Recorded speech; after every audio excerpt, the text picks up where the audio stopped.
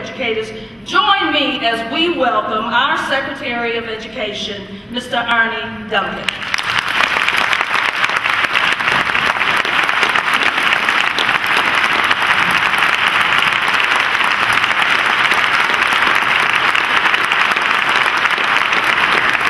Thank you so much. Good afternoon.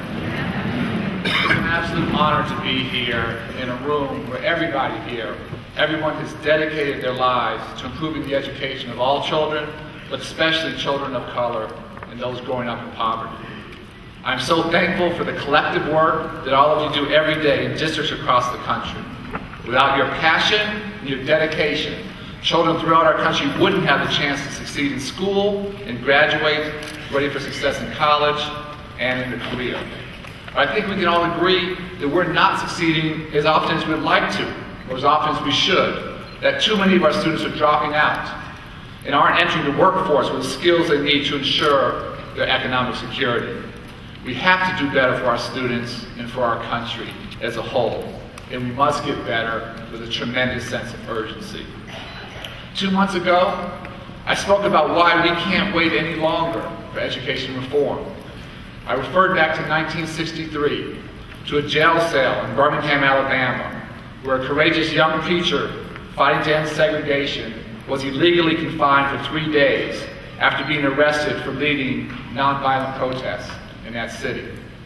He had nothing to pass the time except for the local newspapers, one of which ran an open letter from several white clergymen urging patience and faith and encouraging blacks to take their fights for integration out of the streets and into the courts.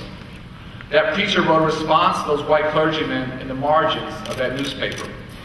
It was Martin Luther King's letter from Birmingham jail, one of the most powerful and moving pieces of writing that I have ever read.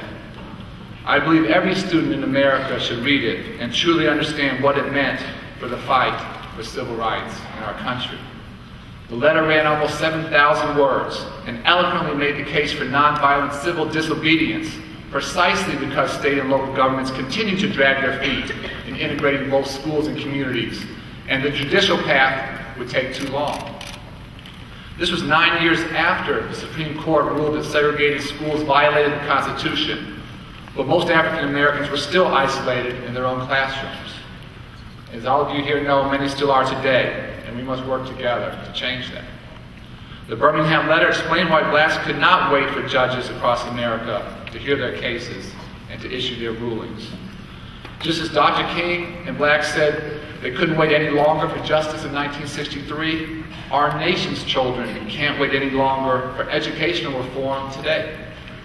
A few statistics tell the story. 27% of America's young people drop out of high school.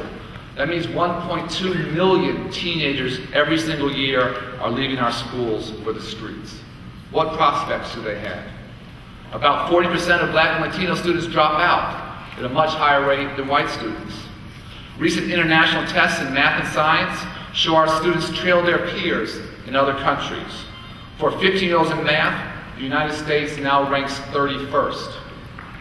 17-year-olds today are performing at exactly the same levels in math and reading as they were in the early 1970s on the NAEP exam. And just 40% of young people earn a 2-year or a 4-year college degree. The United States now ranks 10th in the world in the rate of college completion for 25 to 34-year-olds. A generation ago, we were first in the world, but we're falling behind. The global achievement gap is growing. What does that mean for our children and for our country? Perhaps the most telling statistic of all is the achievement gap. For generations, the achievement of African American children has been below that of white students. That gap has its roots in our society's racism, dating all the way back to slavery. As a society, too often we haven't believed or expected that children of color could learn,